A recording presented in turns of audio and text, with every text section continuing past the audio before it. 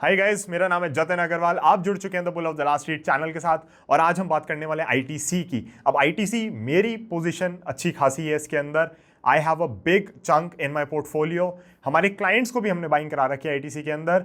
क्या आपको इसके अंदर इन्वेस्ट करना चाहिए, और अगर आप इन्वेस्टेड है तो आपको इसके अंदर क्या करना चाहिए समझना बहुत ज्यादा जरूरी हो जाता है। बिकॉज कई सारे लोगों को यहाँ पे लगता है कि लार्ज कैप कंपनीज में इन्वेस्ट मत करो, मेगा कैप कंपनीज में इन्वेस्ट मत करो, स्मॉल और माइक्रो कैप और मिड कैप कंपनीज ही आउट परफॉर्म करती हैं। अब मैं आप लोगों को एक चीज कहना चाहूंगा कि इंडेक्स लेवल पे, अब इंडेक्स लेवल में आप देखो वही कंपनीज टिकती हैं जो अच्छा परफॉर्म कर रही हैं। इंडेक्स लेवल पे अगर आप देखोगे लॉन्गर टाइम फ्रेम से, मिड कैप का इंडेक्स आपके लार्ज कैप इंडेक्स और स्मॉल कैप इंडेक्स को आउट परफॉर्म करता है। ये आप खुद से जाके चेक कर सकते हैं। But the thing is individually companies अलग परफॉर्मेंस देती हैं। आईटीसी के केस में हमने क्या देखा है कि इसमें पास्ट में एक बहुत लंबी करेक्शन हुई थी जब ये बिल्कुल खड़ा हो गया था शेयर। तो इसके अंदर प्राइस वाइज इतनी करेक्शन नहीं थी जितनी टाइम वाइज करेक्शन थी। अब क्योंकि टाइम वाइज करेक्शन थी, कोई रिटर्न्स नहीं आई थी, तो कहीं ना कहीं शेयर कसर पूरी करेगा ना। इसका पीई रेशियो यानी कि इसकी वैल्यूएशन एफडी से सस्ती थी। एफडी का क्या मतलब है, मेरा यहाँ पे फिक्स डिपॉजिट। अब फिक्स डिपॉजिट की वैल्यूएशन में कैसे निकाल लूंगा, सबसे इंटरेस्टिंग हो जाता है। तो मान लो 100 रुपए की एफडी आप करा रहे हो और उसमें 5% का ब्याज है, तो प्राइस टू अर्निंग रेशियो क्या हो गया उसका, 20 का हो गया। Price divided by earnings 100 divided by 5। अब आईटीसी के केस में इसका पीई रेशियो 20 से भी नीचे चला गया था, यानी कि जो आपका बिल्कुल सेफ है ना, सेफ पैसा है, वो 20 के पीई पे ट्रेड कर रहा है एफडी के रूप में। और आप देखोगे आईटीसी उसके नीचे वैल्यूएशंस पे था।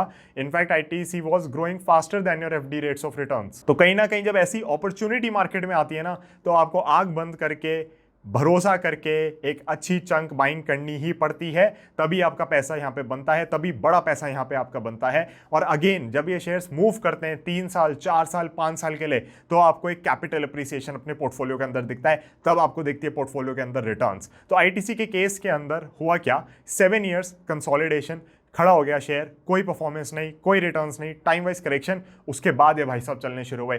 चार्ट पे चल के हम देखेंगे कि मूवमेंट कैसी रही है इसकी, बट उसके बाद जब ये चलना शुरू हुआ ना, तब ये रुका नहीं। तो मेजर एनालिसिस हमारा रहेगा टेक्निकल बेसिस पे।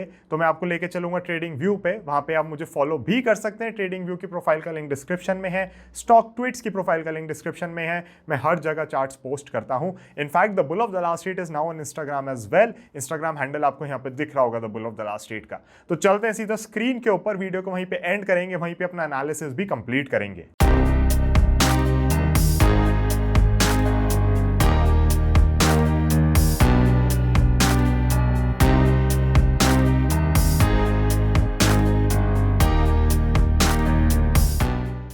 तो गाइज हम लोग हैं अपने आईटीसी के शेयर के चार्ट के ऊपर। मैं सबसे पहले मंथली पे लेके चलता हूं आपको। Again guys dividend adjusted chart है मेरा, आप यहाँ पे देख सकते हो, और लॉगरिथमिक चार्ट है। अगर मैं इनको ऑफ कर दूंगा तो आप देखोगे चार्ट पूरा बदलना शुरू हो जाता है, लाइंस खराब हो जाती है मेरी।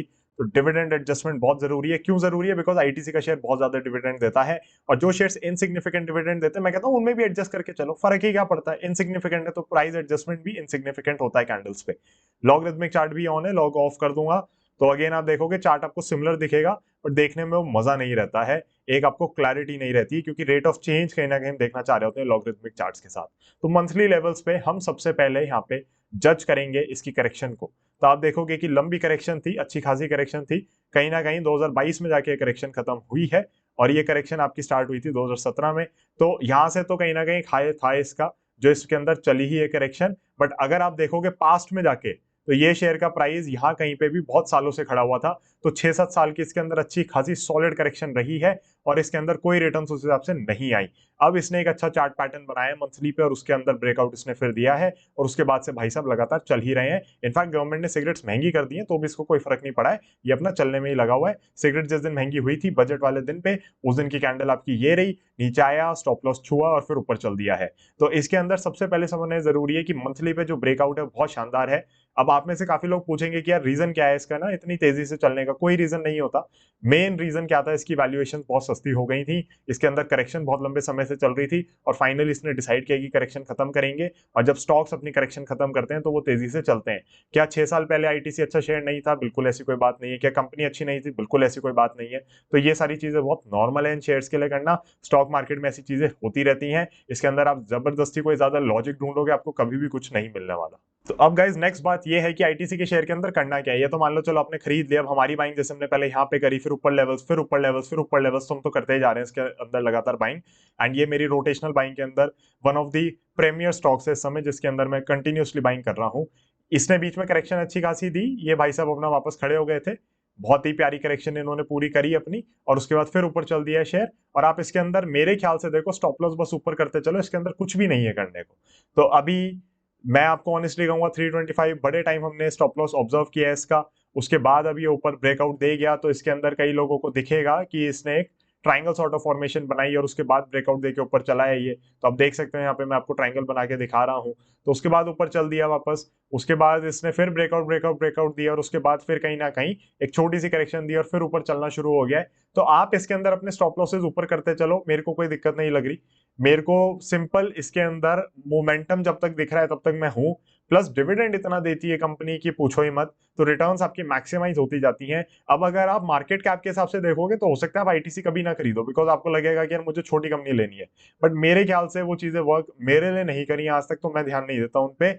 मेरे लिए जो कंपनी अच्छा चल रही है, जिसका बिजनेस अच्छा है, I always believe in buying those companies. तो कहीं ना कहीं आईटीसी जो है मेरे हिसाब से आपके पोर्टफोलियो की पिक होनी चाहिए, मेरे हिसाब से आपको होल्ड करना चाहिए। इसके अंदर कोई सेलिंग का सिग्नल नहीं है, कुछ नहीं है। This is a pure portfolio pick for the moment, and यहाँ पे आपको जबरदस्ती जल्दी बेचना नहीं है, कहीं पे भी जल्दी नहीं बेचना। तो ट्रेडर्स अगर स्टॉप लॉस लेना चाहे मे बी 365 के अराउंड का स्टॉप लॉस अच्छा रहेगा, बट अगर इन्वेस्टर कोई स्टॉप लॉस लेना चाहता है तो मुझे नहीं लगता है 355 का जो लेवल था ना, ये इसको क्लोज इसके नीचे देना चाहिए। तो I think this level will hold, and अगर आप इन्वेस्टर हैं तो 355 पे स्टॉप लॉस लेके चल सकते हैं। For me I am not worried about ITC, so I am holding on to it. And मेरे ख्याल से सिगरेट की कंपनी सारी ही देखो चलना शुरू हो रही है। हमने यहाँ पे गॉडफ्री फिलिप्स की बहुत बात करी है चैनल के ऊपर, उसने बहुत शानदार रिटर्न्स दी, आईटीसी बहुत अच्छी रिटर्न्स दे रहा है, वीएसटी इंडस्ट्रीज भी एक बहुत अच्छे चार्ट पैटर्न के अंदर है। तो कहीं ना कहीं मुझे लगता है कि आप इन कंपनीज पे नजर रखें जो टोबैको की कंपनीज हैं। अगेन देखो मैं बिल्कुल प्रमोट नहीं कर रहा, I do not smoke, I do not drink, but a stock is a stock and a company is a company, and हम यहाँ पे बिजनेस एनालाइज कर रहे हैं, हम यहाँ पे शेयर मार्केट से पैसा बनाना चाह रहे हैं, तो हम उस चीज को देख रहे हैं यहाँ पे। सो गाइस प्लीज नजर रखें टोबैको कंपनीज पे। ITC for me looks very very good, interesting chart pattern जो था इसका, उसने कहीं ना कहीं रिटर्न्स डिलीवर करके दिए हैं आपको, और वो कंटिन्यूसली रिटर्न्स दे रहा है, तो जबरदस्ती नहीं बेचना है इसको, होल्ड करें इसको, एंड देखते हैं किस तरीके से मोमेंटम बनता है आगे फ्यूचर में, किस तरीके से मूवमेंट आती है इसके अंदर। अभी के लिए I think ITC should be in your portfolio, in your watch list if you haven't bought it already.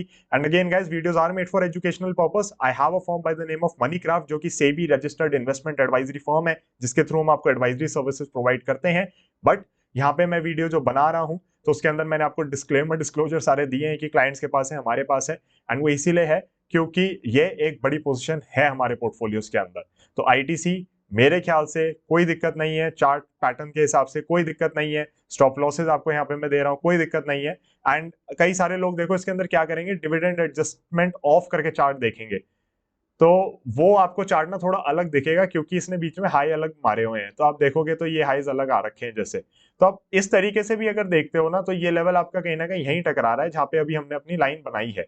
तो मेरे ख्याल से ये जैसे ही इसने टेकआउट किया है ना लेवल, जो 367 370 का लेवल हो जाता है हमारा, जब से ये लेवल गया है तब से मेरे ख्याल से यहाँ पे आपको अच्छी खासी एक स्ट्रेंथ दिखनी चाहिए, और वो स्ट्रेंथ अगर आपको दिखेगी तो मेरे ख्याल से आपको यहाँ पे अच्छा पैसा बनता हुआ दिख सकता है। तो मैं एक बार एडजस्टमेंट्स वापस ऑन कर देता हूँ, क्योंकि चार्ट हिल जाता है बार बार ऑन ऑफ करने से एडजस्टमेंट्स। तो मेरे ख्याल से ये लेवल भी होल्ड होना चाहिए, but as investors I would strongly suggest 355 का stop loss.